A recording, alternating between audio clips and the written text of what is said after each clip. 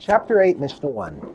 This Mishnah deals with various cases in which valid korbanos became mixed up with other animals, and it is impossible to tell which ones are the korbanos and which are not.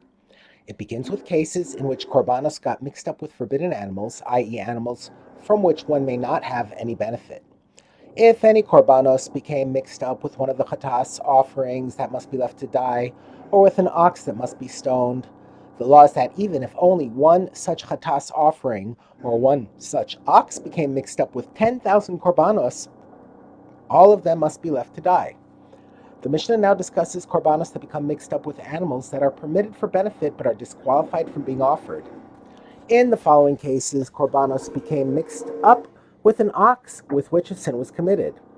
That is, either with an ox that killed a person according to one witness or according to its owner, or with an animal that sodomized a person, or with an animal that was sodomized by a person, or with an animal that was designated as an offering to an idol, or with one that was worshipped. Similarly, if korbanos became mixed up with an animal that was used as a harlot's wage, or with an animal that was used as a dog's exchange, or with a hybrid, or with a treifa, or with an animal born by a cesarean section, in every one of the preceding cases, all the animals should be left to graze until they become blemished, and then sold.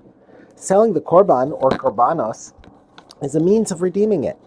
The sanctity of the korban is thereby transferred to the purchase money, and the animal becomes chulin. The owner now has to replace the korban with a new one. Thus, with money worth at least as much as the most expensive of the mixed animals, he buys the same kind of korban as the one that was among them. Since the korban might have been the most expensive animal in the group, it is possible that this amount of money becomes sanctified.